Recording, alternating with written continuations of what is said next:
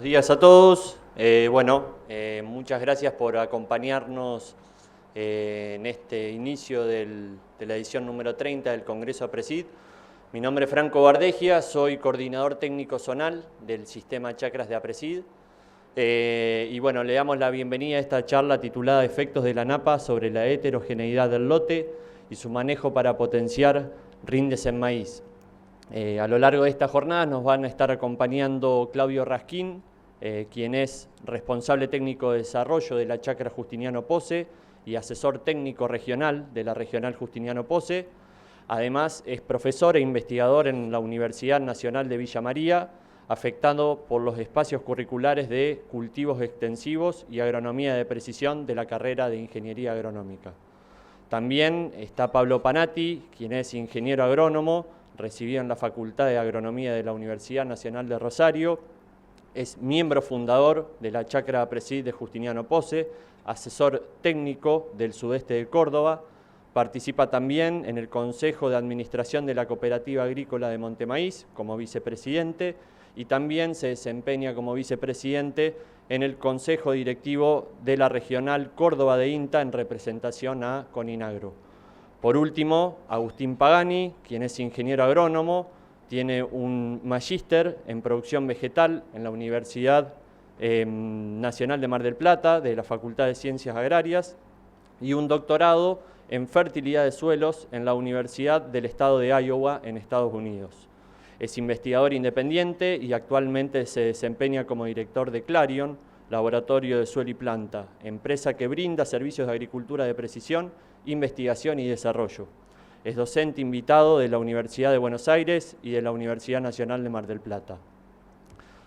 Dicho esto, los invitamos a que disfruten de la charla y recuerden, la charla se va a dividir en dos partes. Por un lado vamos a tener 40 minutos de exposición por los oradores y en los últimos 20 minutos finales vamos a tener un espacio de pregunta, el cual pueden acceder a partir de enviando mensajes al teléfono que aparece en pantalla, ¿sí?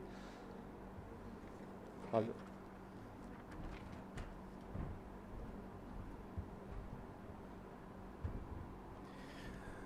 Bueno, muy buenos días. Gracias a todos por estar participando hoy en este nuevo Congreso de APRESID. Muchas gracias a APRESID también por la invitación.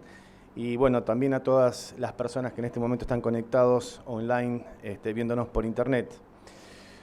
Mi nombre es Pablo Panati, yo soy ingeniero agrónomo, soy productor agropecuario, asesor técnico en el sudeste de Córdoba y miembro fundador de la Chacra Justiniano Pose de APRESID.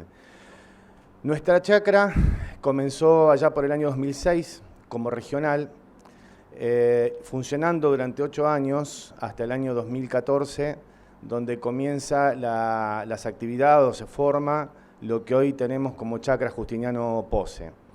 Esta chacra surge como una respuesta muy concreta a una situación coyuntural que teníamos allá por esos años, donde en la zona de influencia de la Chacra, Justiniano Pose y el sudeste de Córdoba, veníamos de un par de años con precipitaciones por encima de lo normal, que nos planteó un escenario atípico, un escenario de excesos hídricos, algunos excesos hídricos negativos, como los anegamientos en zonas bajas o lotes que se volvían improductivos, pero así también nos dejaba la alternativa de tener lotes con mayor cantidad de agua disponible y lotes donde se presentaba un marcado ascenso de las napas. De esa manera, luego de estar trabajando, como les decía, 8 años como regional, surgió esa pregunta de qué manera podíamos aprovechar esos excedentes hídricos positivos para tratar de achicar brecha de rendimiento entre el potencial que tenían los cultivos que estábamos haciendo en la zona de influencia de la chacra y el rendimiento real que estábamos obteniendo con los materiales de la época y los manejos que estábamos haciendo los productores de la chacra desde esa época. Esta pregunta nos marcó una hoja de ruta, un norte para diseñar distintos trabajos de investigación que hicieron los GTD, los gerentes técnicos de desarrollo en ese momento, para tratar de ver de qué manera podíamos acortar esa brecha.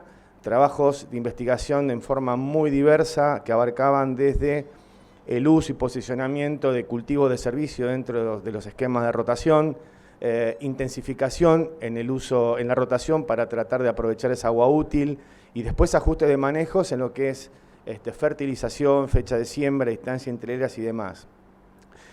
Pero la situación de este excedente hídrico no era homogénea en toda la zona de influencia de la chacra, sino que también notábamos que teníamos ambientes donde la napa no estaba presente o donde no había ese excedente de agua útil para aprovechar y que año tras año los rendimientos estaban marcados por lo que llovía ese año, o sea, por lo que iba a ser el ambiente de producción de ese año.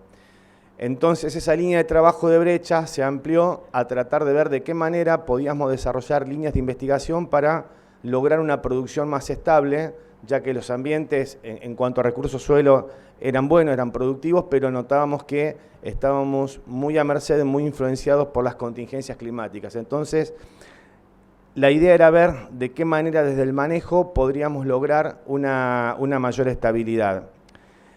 Fue así que, además de ver esta variación interanual dada por las condiciones de agua disponible por la lluvia, notábamos que también en los mapas de rendimiento de la cosechadora, en aquellos lotes donde el agua no era un recurso abundante, comenzaba a notarse diferencia de rendimiento o que también podíamos estar viendo ambientes intralote, ambientes donde podíamos, no en todos los casos, pero en algunos sí poder ver zonas de mayor rendimiento y de menor rendimiento.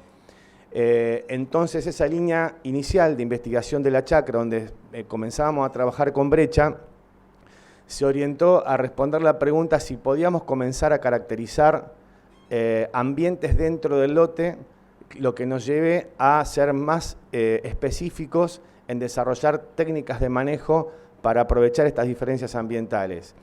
Esto también se vio favorecido, cosa que no teníamos al inicio del comienzo de la chacra, por la aparición de recursos para poder hacer esta ambientación. El hecho de encontrarnos con una gran cantidad y calidad, por ejemplo, de imágenes satelitales de distintos tipos de índice verde, NDVI, GNDVI para suelos saturados, NDRE para cultivo en estadio avanzado de desarrollo, o MESAVI 2 para lotes donde todavía el cultivo está desarrollado, nos permitió elaborar mapas de suelo dentro del lote y de esa manera también con el desarrollo de nuevos software que nos permitieran procesar todos esos datos y esas imágenes, llegar ya no a una prescripción del lote, sino a una prescripción variable dentro del lote.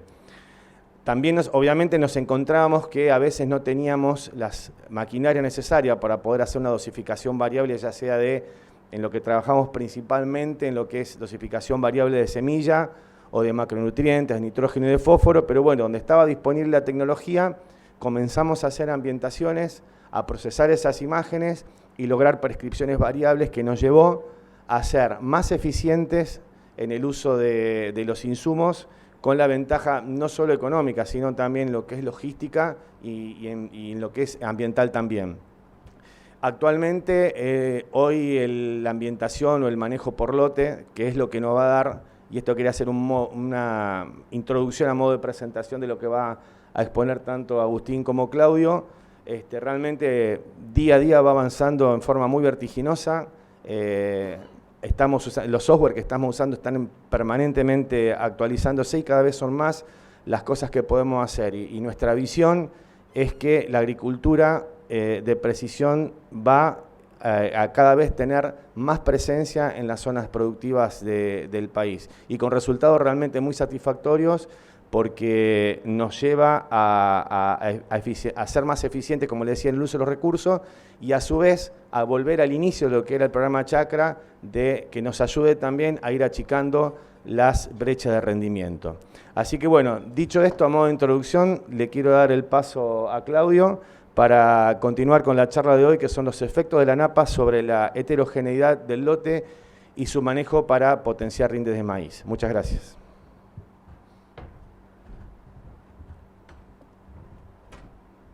Buenos días a todos, gracias por asistir, gracias Pablo por darme el pase y a los productores de la chacra en confiar en mí para poder llevar adelante toda esta línea de investigación. No vamos a entrar en detalle sobre el título, ya lo expuso Pablo. Esta es la zona donde nos encontramos produciendo del país, fíjense, estamos al sureste de Córdoba, en general con suelos con una capacidad... ¿podrías presentar? Ahí está, disculpe. Esta es la zona del país donde estamos produciendo, el sureste de Córdoba. Fíjense que en general tenemos suelos con una capacidad de uso muy buena, que va entre los 2 y 3, y con una fuerte variabilidad interanual en las precipitaciones, que aparte de los excedentes hídricos que comentaba Pablo, ha llevado a los productores de la región a utilizar sistemas intensificados para poder utilizar y aprovechar toda esa agua disponible, ¿no? Y esto, a su vez, nos puede estar significando generar alguna variabilidad o heterogeneidad dentro del lote que tenemos que primero saber cuantificarla y determinarla. Ese va a ser el foco de mi presentación, para luego poder tomar decisiones de manejo sitio específico. Por otro lado, fíjense, esta es una serie temporal de la profundidad de la napa, y claramente muestra en 4 puntos de freatímetros una fuerte variabilidad espacial y temporal de la misma, pero que a más allá de eso, siempre en toda esta serie temporal, a partir del 2014 hasta el 2020, ha estado en profundidades efectivas para los diferentes cultivos, ¿no? Entonces acá la pregunta que nos hacemos principalmente es, la profundidad de la napa, tener napa en una zona efectiva, ¿aumenta o baja la variabilidad que podamos tener a nivel de lote, ¿no? Sobre todo, fíjense en este punto acá, con una napa cercana, muy cercana a la superficie, 50 centímetros, y ahí la pregunta es, ¿una napa tan cercana nos está aumentando o reduciendo o atenuando la variabilidad espacial del rendimiento en granos? Entonces, yendo al foco de lo que es la presentación, los principales conceptos de la agricultura de precisión son, primero, tratar de gestionarla, entender la heterogeneidad y nivel de lote, poder identificar cuáles son las distintas zonas de manejo que tenemos en ese lote, y para eso tenemos distintas herramientas para poder obtenerlo. Principalmente lo que son los mapas de rendimiento, las imágenes satelitales y variables que son más estables a lo largo del tiempo. Hoy en día tenemos muchas plataformas que se basan principalmente en el uso de imágenes satelitales para poder ambientar. Y las capas de rendimiento, con el tiempo también hay plataformas que permiten gestionar la información. Cuando vemos series temporales de mapa de rendimiento nos encontramos con algunas sorpresas, ¿no? Que los mapas no están bien cargados, los nombres de los lotes no están bien cargados, y eso por ahí hace que se nos pueda reducir la cantidad de capas de información. Una vez que yo llego a poder identificar las zonas de manejo, lo que viene luego es poder generar en cada una de esas zonas dosis de manejo sitio específicas para poder maximizar el rendimiento en cada una de esas zonas y maximizar la eficiencia en el uso de los recursos. Entonces, lo que les voy a mostrar ahora es cómo ambientamos un lote, usamos un lote como ejemplo en la región, que tiene un aporte significativo de napa, y lo que hacemos es intentar ambientar ese lote a través de variables que son estáticas, como la inducción electromagnética, logrado con un topsoil mapper, que lo que mide es la conductancia eléctrica en el perfil del suelo a distintas profundidades, 20, 50, 80 y 1,10 metros, y con la capa de información altimétrica. Con eso corremos un algoritmo, agrupamos todas estas variables, corremos un algoritmo de inteligencia artificial no supervisado que nos pueda indicar o nos sugiera cuáles son la cantidad de ambientes óptimas que tenemos a nivel de ese lote. El algoritmo, como claramente lo muestra, nos sugiere que tenemos 2 ambientes de ese lote. Eso, para comentarles, hoy en las plataformas que todos utilizamos no existe, y a veces la cantidad de lotes que uno setea están definidos solamente por una cuestión de que el productor conoce el lote. Pero no hay un refuerzo estadístico que me permita decir de manera más precisa qué cantidad de ambientes tenemos.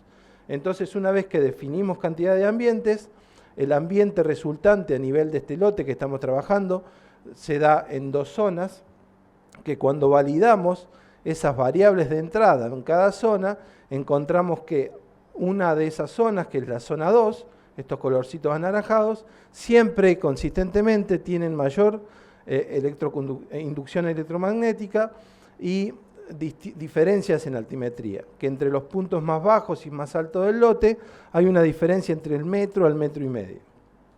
Entonces fíjense en esta parte puntual del lote, con una altimetría mucho más baja que en estas otras zonas y menor conductividad eléctrica, claramente nos está mostrando algún patrón de variabilidad espacial dentro del mismo.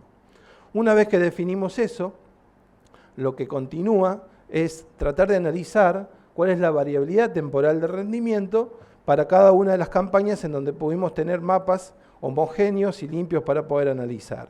Fíjense acá, para la campaña 19-20, esta soja, justamente en esas zonas de menor altimetría del lote, y este año con muchas precipitaciones, esas zonas inundables hacen que los rendimientos estén por debajo de un valor de rendimiento medio, ¿sí? Entonces lo que hacemos para poder analizar la información es identificar aquellos píxeles que estén por debajo de un valor medio, los identificamos como bajo, y esos píxeles que estén por encima de un valor medio los caracterizamos como alto. Y claramente muestra a través de campañas cómo se mueve la variabilidad espacial y temporal del rendimiento en esos lotes. Una vez que analizamos esa información, lo que hacemos es agrupar los mapas de rendimiento identificando zonas del lote que siempre tienen bajo rendimiento y entonces las denominamos de menor rendimiento y estable, porque todas las campañas sistemáticamente rinden por debajo de un valor promedio. Otros sitios donde sistemáticamente rinden por encima de un promedio y otras zonas que son inestables, ¿sí?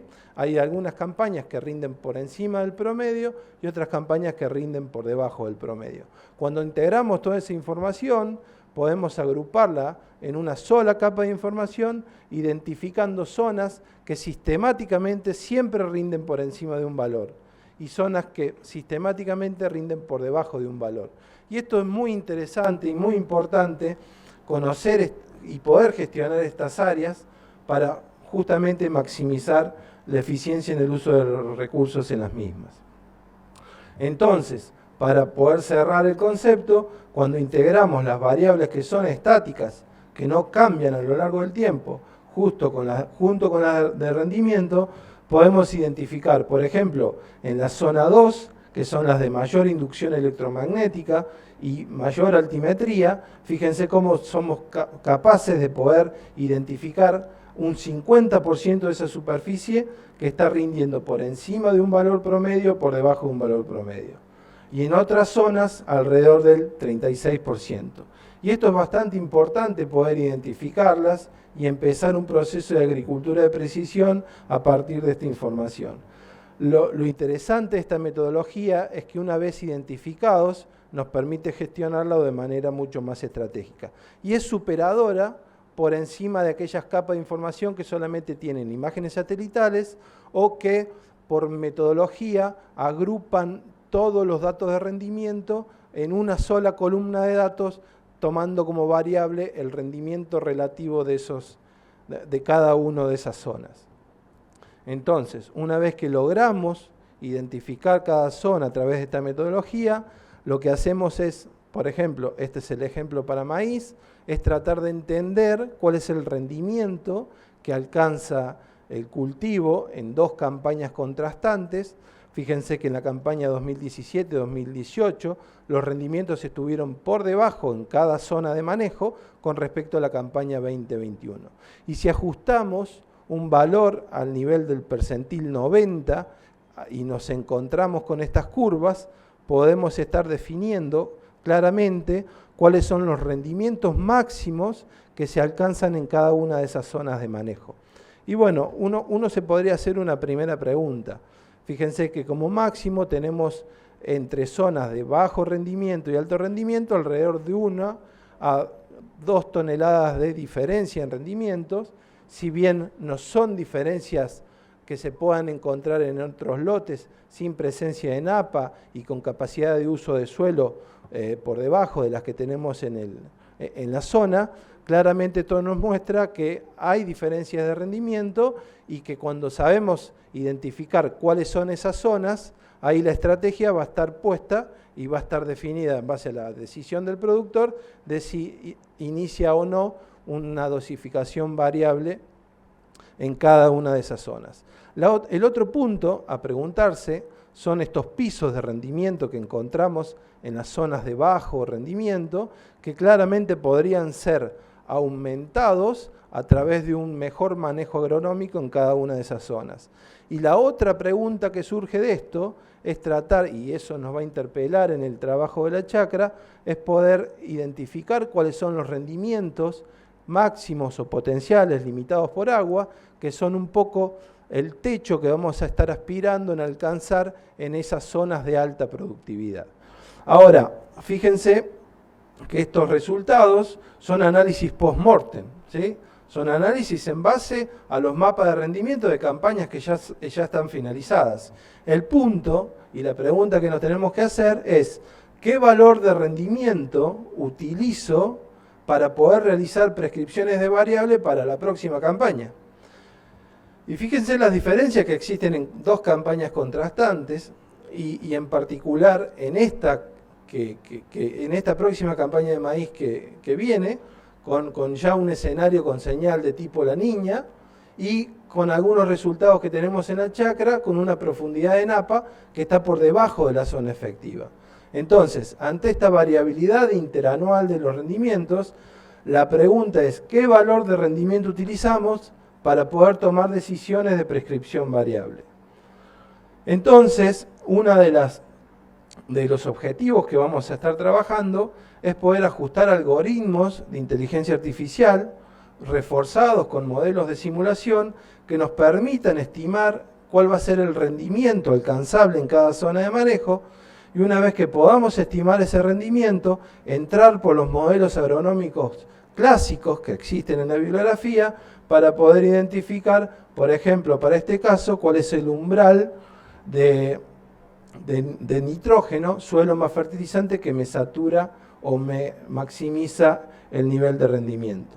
Y bueno, claramente, fíjense acá, este método significa poder estimar o poder reducir la incertidumbre en la expectativa de rendimiento y por otro lado disponer de análisis de suelo. Para análisis de suelo la metodología está bastante calibrada y exacta. Lo que no tenemos precisiones aún es poder definir cuál va a ser la expectativa de rendimiento. Entonces, retomando algunos modelos, si esto es posible o esto es viable, algunos modelos citados en la bibliografía, fíjense acá, este es un trabajo adaptado de Puntel et al. 2019, del cual Agustín es coautor, y fíjense cómo claramente, a través de variables estáticas y dinámicas y algoritmos de inteligencia artificial, son bastante precisos en estimar la dosis óptima económica de nitrógeno, el rendimiento en esas dosis óptima económica y el rendimiento en los testigos, sin fertilización. Si pudiésemos tener esta información, podríamos estar en un proceso más aceitado para poder reducir la incertidumbre de cuál va a ser la expectativa de rendimiento de la próxima campaña. Este es otro ejemplo que logramos ajustar para la zona centro de Córdoba y fíjense cómo a través de variables simples como el nitrógeno disponible a la siembra, el nitrógeno anaeróbico, que es un estimador de la mineralización potencial del nitrógeno y la densidad de plantas, y con modelos múltiples o modelos de inteligencia artificial, estamos logrando predecir el rendimiento en la fase de testeo con una confiabilidad entre el 80 y el 88% para el rendimiento de los testigos. Y valores un poco más bajos, pero importantes aún para poder estimar la eficiencia agronómica del nitrógeno. Entonces, esto es muy valioso poder disponerlo para poder tener, como les decía recién, modelos y procesos que nos permitan reducir la incertidumbre en las expectativas de rendimiento para la próxima campaña. Sobre todo cuando tenemos escenarios, por ejemplo, de tipo La Niña o el Niño, o tipo neutro, si vamos a esperar precipitaciones por encima de lo normal o por debajo de lo normal, y la profundidad de la napa. Poder tener de esta información justamente nos pone en un proceso mucho más importante para poder definir mejor la prescripción variable de insumos. Entonces, como para finalizar mi parte y consideraciones finales, la NAPA a una profundidad efectiva atenúa la variabilidad espacial del rendimiento, pero puede ser un problema en los bajos de ese lote y en años con altas precipitaciones. Por otro lado, aún con la presencia de NAPA, pudimos detectar zonas que son estables, de mayor y menor rendimiento, que permitirían maximizar la eficiencia en el uso de los recursos y la sustentabilidad de los sistemas. Y por último, los modelos que contemplen la profundidad de NAPA y escenario hídrico son esenciales para bajar la incertidumbre de la expectativa de rendimiento y para tomar mejores decisiones.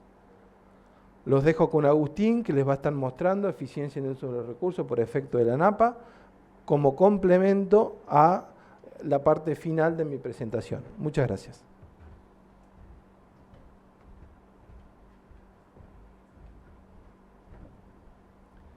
Buenos días a todos. Gracias Franco y Claudio por la invitación, gracias a la Chacra. Lo que yo tengo para contarles es información que surge, si bien de otra zona, del centro-oeste de la provincia de Buenos Aires. Pienso que algunos conceptos relacionados a cómo las NAPAs nos pueden ayudar a reducir la incertidumbre, sobre todo de la respuesta a nitrógeno, pueden ser aplicables a la zona del sudeste de Córdoba. A mí me gusta entender la respuesta a nitrógeno como, sobre todo la dosis a seleccionar, como una diferencia entre la oferta de nitrógeno, entre la demanda de nitrógeno por parte del cultivo y la oferta de nitrógeno por parte del suelo. Entonces uso este esquema un poco rudimentario para explicar que muchas veces la demanda de nitrógeno por parte del cultivo puede variar espacialmente dentro de un lote de producción. Obviamente que el nivel de variabilidad de esto depende del lote, y que la oferta de nitrógeno por parte del suelo, en función de la materia orgánica y de la capacidad del suelo para mineralizar nitrógeno, también puede tener, dependiendo del lote, un componente de variabilidad espacial. La dosis que nosotros agronómicamente tenemos que seleccionar es la diferencia entre esa estimación de la oferta y estimación de la demanda. En agricultura de precisión esa dosis no es un número, sino es un mapa cuando hablamos de variabilidad espacial. Y muestro esto para mostrar casos dentro de lotes en donde puede existir agua que le permite al cultivo obtener un rendimiento alto y una demanda de nitrógeno alta, pero zonas también que pueden estar asociadas a baja disponibilidad de nitrógeno en el suelo, por pérdidas de nitrógeno por lavado y desnitrificación, y por lo tanto en esas zonas la oferta puede ser baja.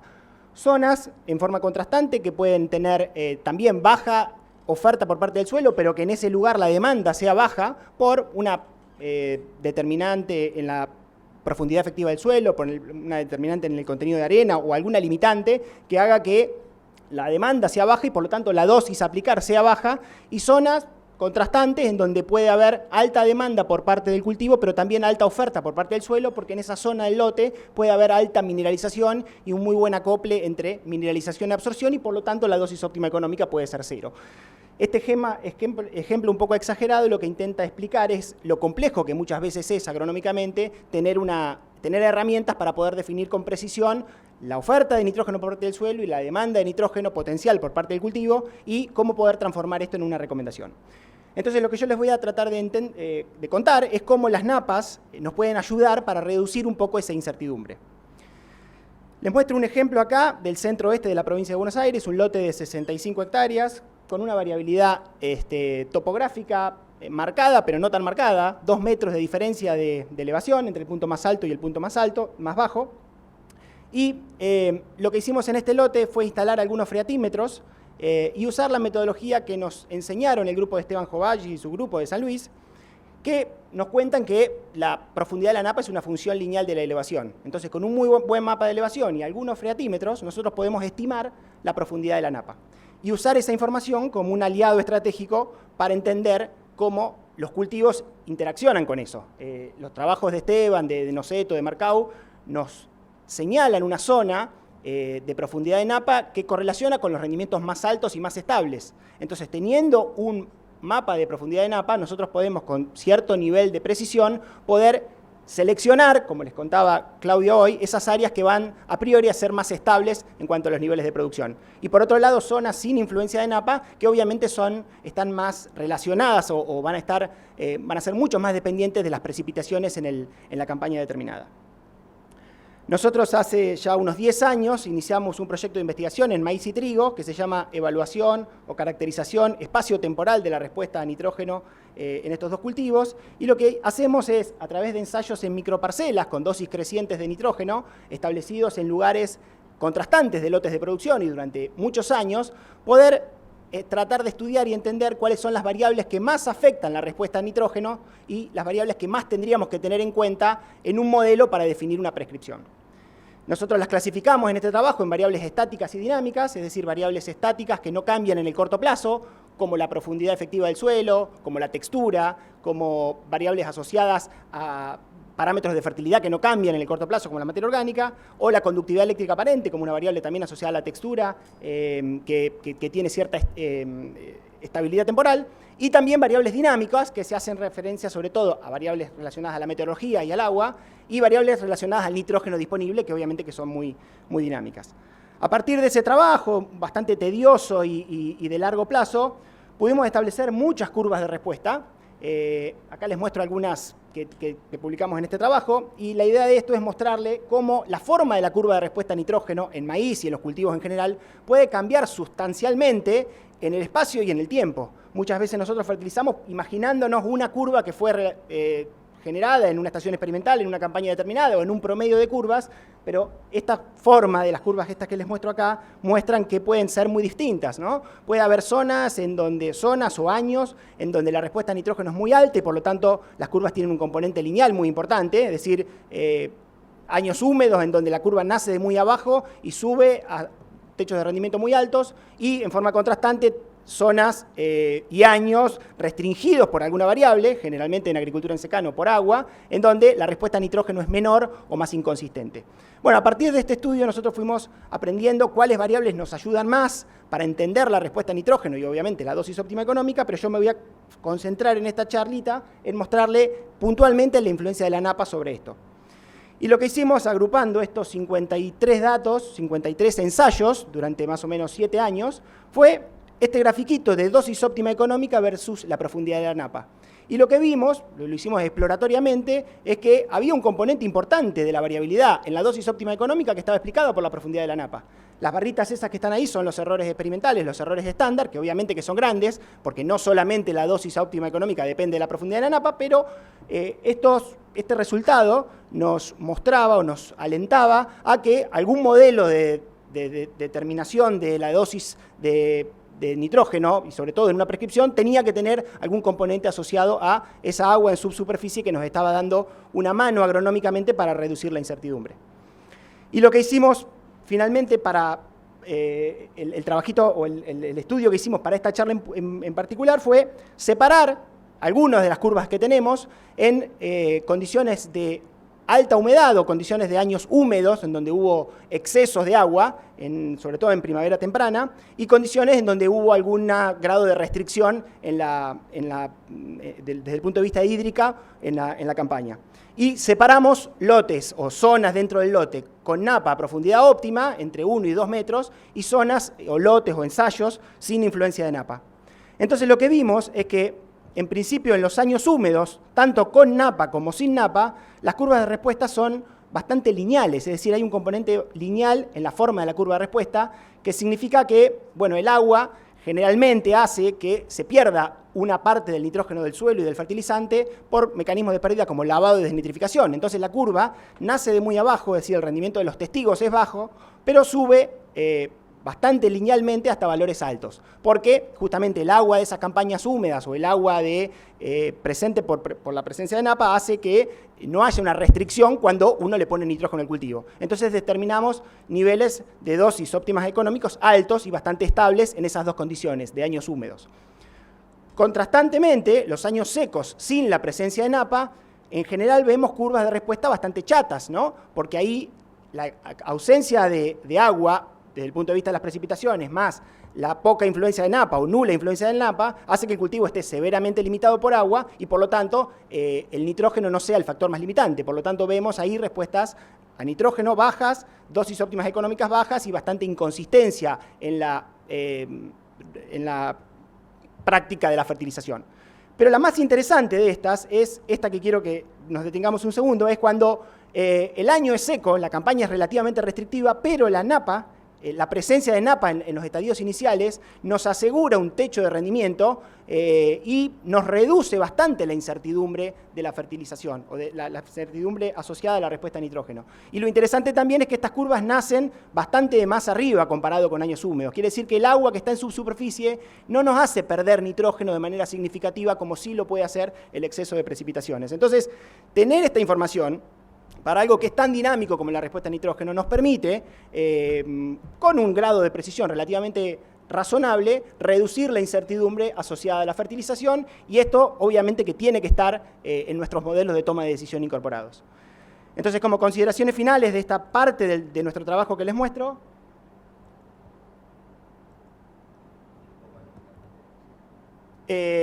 creemos y estamos convencidos que las napas de buena calidad, o sea, sin presencia de sales, pueden ser un aliado estratégico para reducir la incertidumbre asociada a la fertilización con nitrógeno. Está claro que en un rango óptimo, en ese rango que está bastante establecido, aseguran un piso en la demanda de nitrógeno por parte del cultivo, o sea, el techo de la curva de respuesta. A diferencia de las precipitaciones, aparentemente la presencia de napa no genera reducciones significativas en la oferta de nitrógeno por parte del suelo, lo cual es algo muy bueno en relación a las precipitaciones. Y claramente los modelos nutricionales para decidir las dosis de fertilización y en agricultura de precisión para definir un mapa de fertilización deberían considerar de alguna manera su influencia. Así que, bueno, eso es todo lo que tenía para compartir con ustedes. Si quieren, ahora tenemos las preguntas.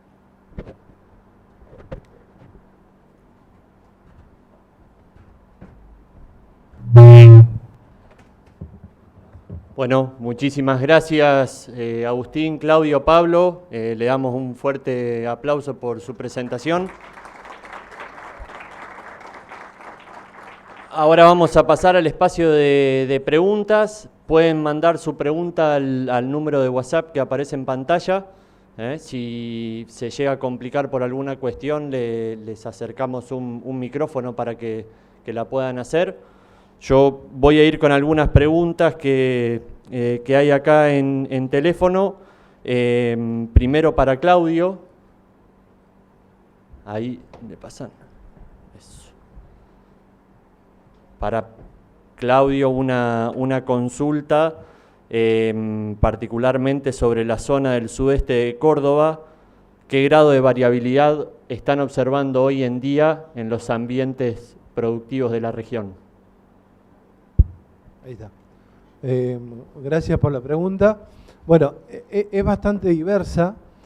Lo que vemos es, primero, que cuando el lote es bastante homogéneo y que no tiene zonas de acumulación de agua y que la napa está en una zona efectiva y la variabilidad baja, estamos encontrando rendimientos entre los mínimos y los máximos alrededor de 3 o 4 toneladas de maíz.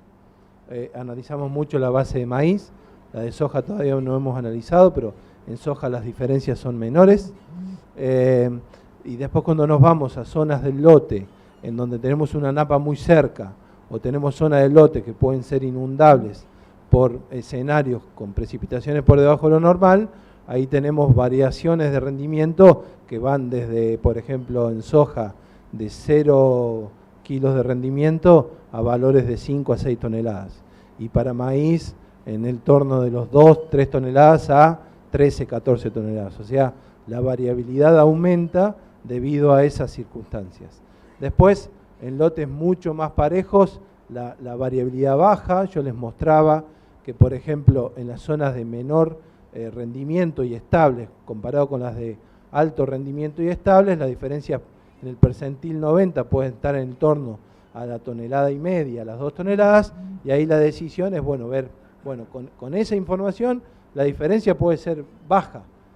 Ahora, si podemos levantar los pisos de rendimiento y podemos tener una idea de cuáles son nuestros rendimientos potenciales limitados por agua, ahí las diferencias o la capacidad o el margen aprovechable debido a la calidad de los ambientes que tenemos, tendería de alguna manera a aumentar las diferencias que tenemos, ¿no?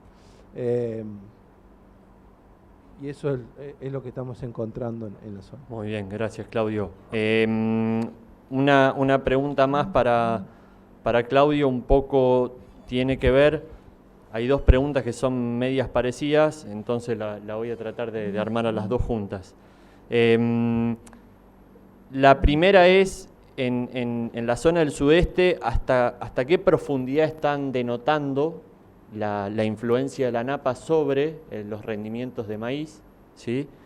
Y a partir de eso, si cuando está la napa cerca a superficie, tienen miedo de la lixiviación de nitrógeno por lavado. Bueno, la pregunta es muy buena, ¿no? Siempre estamos discutiendo, y para eso tenemos una línea, les cuento, aprovecho para contarles, de sensores que puedan medir la conductividad que haya en zonas por debajo de los 2 metros, en aquellos escenarios donde la napa está a una profundidad de 3 o 4. Porque si bien está por debajo de las profundidades efectivas de los trabajos de Noceto o Jovaji, hay escenarios, por ejemplo, con muy bajas precipitaciones, donde los rendimientos en esas profundidades de napa, 3-4 metros, son muy altos. 6-7 toneladas de soja y 13 toneladas de maíz. Entonces, si bien por bibliografía uno podría identificar que la napa no está generando o está por debajo de la zona efectiva, hay un aporte vía axilar de la napa muy importante que está haciendo, que está sosteniendo los rendimientos, ¿no? Y un poco la idea, a veces no la logramos medir en los freatímetros, y en esas zonas donde tenemos rendimientos tan altos, carecemos de métodos que nos puedan estar dando una idea de cuánto es el aporte vía censo de napa, ¿no? Vía capilar.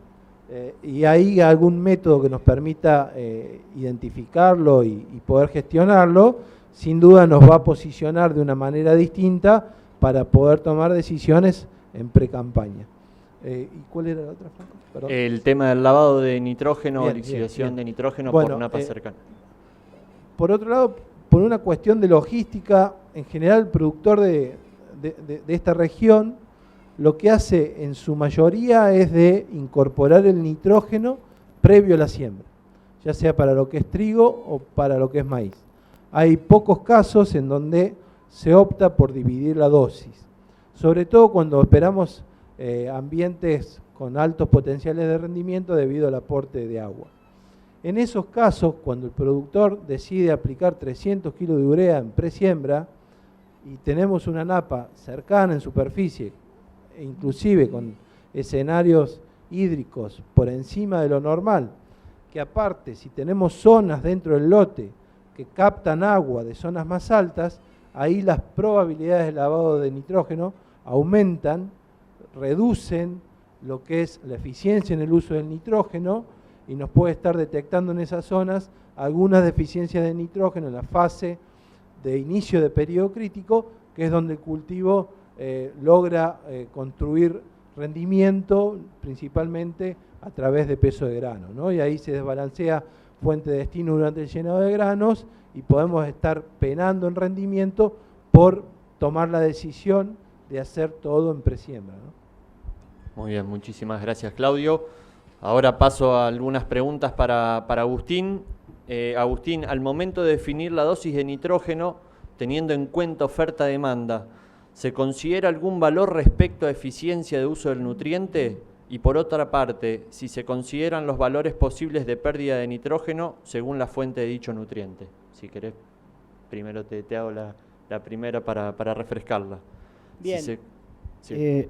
La línea de trabajo que nosotros seguimos para poder, digamos, explorar un poco cómo poder hacer mejores recomendaciones de nitrógeno, lo que intenta hacer es, bueno, medir varias cosas relacionadas a la demanda potencial de nitrógeno, en realidad asociada al rendimiento objetivo, al rendimiento alcanzado, sobre todo en la agricultura en secano.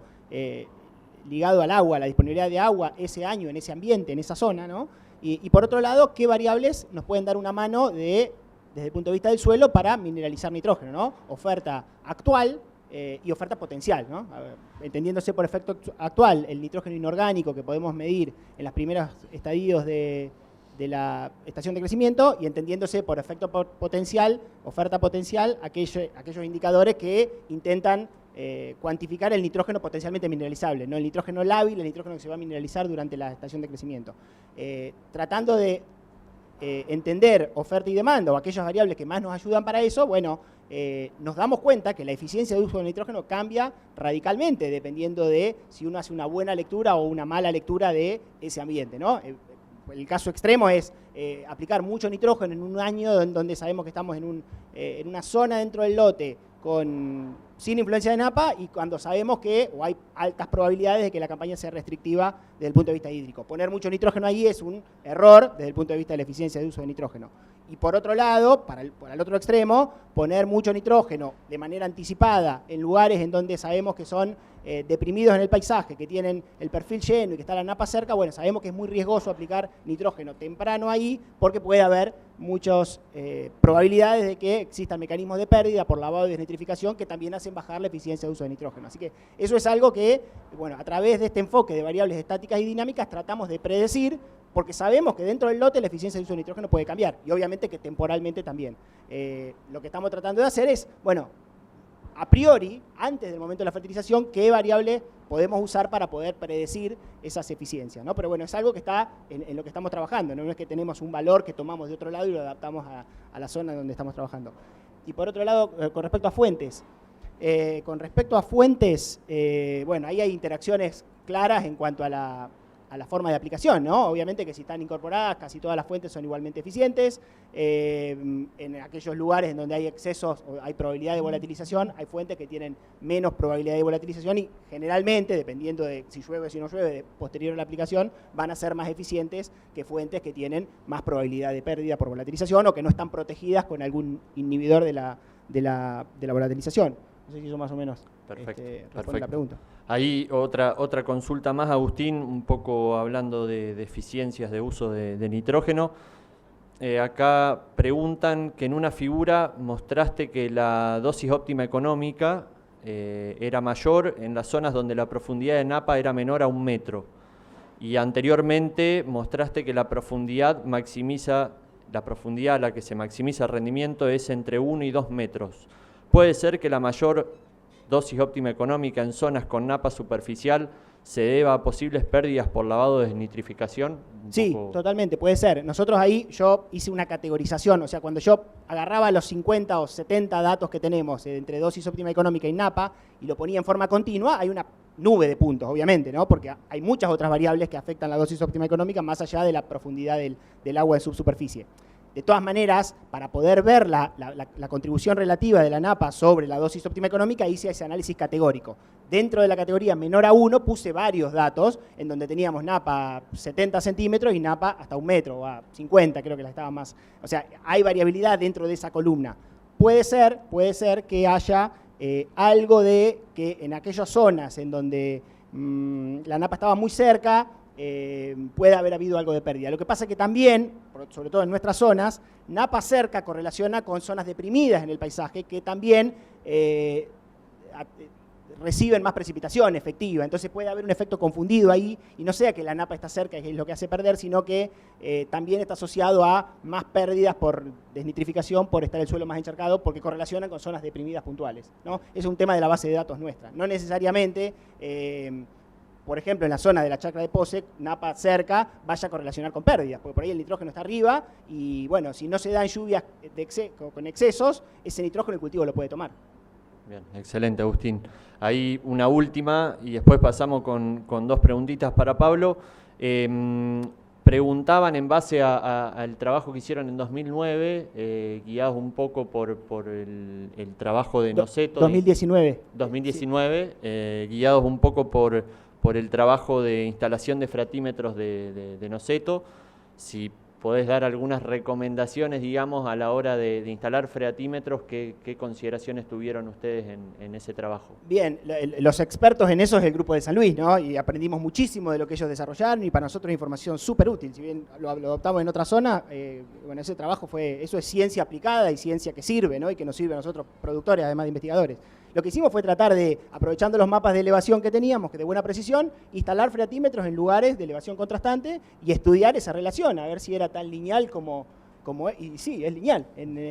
Solamente se deteriora esa linealidad cuando hay algún factor antrópico como un canal o una bomba, que obviamente que deteriora ese equilibrio, pero yo lo que haría, para darle un consejo a los productores, haría buenos mapas de elevación y instalaría freatímetros en zonas contrastantes, pocos, no demasiado, por ahí abajo de los alambrados, para que no involucren complicaciones logísticas, y estudiar esa relación. Lo bueno de eso es que con gastos muy, digamos, con inversiones muy chiquitas, unos cañitos que se ponen abajo de los alambrados y teniendo un buen mapa de elevación, se puede estimar y se puede saber dónde está la napa en todo el campo, ¿no? Muy bien, gracias Agustín. Pablo, 2 preguntas y vamos a cerrar, ya que nos estamos quedando sin tiempo, hay bastantes preguntas más, así que después los invito a que puedan contactar a Claudio, Agustín y a Pablo para realizarlas, ¿sí? Pablo, primer pregunta, ¿qué tipo o qué calidad de napa encuentran en la zona de Justiniano Pozzi y alrededores? Bueno, en la zona de influencia de la chacra, en general las napas son buenas, o sea, no tenemos mayor problema de algún componente de salinidad o algo que nos esté haciendo ruido, nos esté provocando una merma de producción, y al contrario, los resultados que estamos viendo en lo productivo son que las napas altas nos dan esa estabilidad y ese incremento en la producción. Hay zonas que, bueno, las napas han estado en otros momentos ya en forma demasiado superficial y han traído algún problema productivo, no por la calidad de la napa en sí, sino por el exceso que provocó esa gran cantidad de agua en superficie, ya sea por asfixia radicular o algún otro tipo de problema que haya traído ese exceso, ese encharcamiento, pero en general la calidad de las napas son buenas y no hemos encontrado hasta ahora, no sé Claudio, vos por ahí si has observado algo puntual, pero no, las calidades de las napas son buenas. Bien. Y la segunda pregunta, bastante completa, así que te la consulto. Como productores de sudeste de Córdoba, ¿bajo qué herramientas o procedimientos se iniciaron en la agricultura por ambientes o zonificación? ¿Qué impedimentos se encontraron a la hora de aplicarla y cómo lo pudieron resolver? Bueno, sí, es bastante amplia la pregunta, pero bueno, vamos a tratar de ser lo más sintético posible.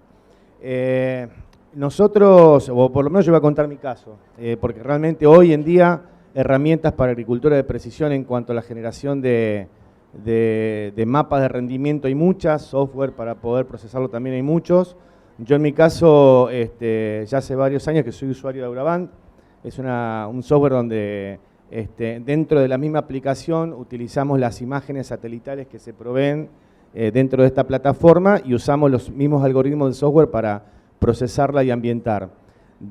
También aparte de las imágenes que se obtienen con la aplicación, utilizamos mapas de rendimiento de cosechadoras, donde lo que permite el software es establecer hasta 7 capas de imágenes utilizando distintos tipos de índices, como los mencioné antes, índice verde, NDR, GNDVI, bueno, depende de la etapa de cultivo que uno analice, uno va buscando en distintas campañas y a través del conocimiento que uno tiene del lote, cuáles son aquellas imágenes que más nos van mostrando la foto o nos van haciendo, o nos van copiando la ambientación que ya conocemos que tiene el lote en cuanto a las zonas más productivas y menos productivas. Una vez que tenemos esos datos, esas imágenes, las procesamos y eso nos genera una ambientación. Y en base a esa ambientación, lo que hacemos es generar zonas de gestión para hacer muestreo de suelos. Los muestreos ya no los hacemos a nivel lote, sino que los hacemos a nivel ambiente. Entonces, por el mismo lote podemos tener 1, 2, 3 o 4 muestras de suelo distintas que correlacionamos después con la ambientación para saber si ese resultado de laboratorio nos refleja y tiene alta correlación con la ambientación que hicimos. Y una vez hecho esto, realizamos la prescripción para completar la dosis de nutrientes o la cantidad o densidad de semilla que necesitamos trabajar.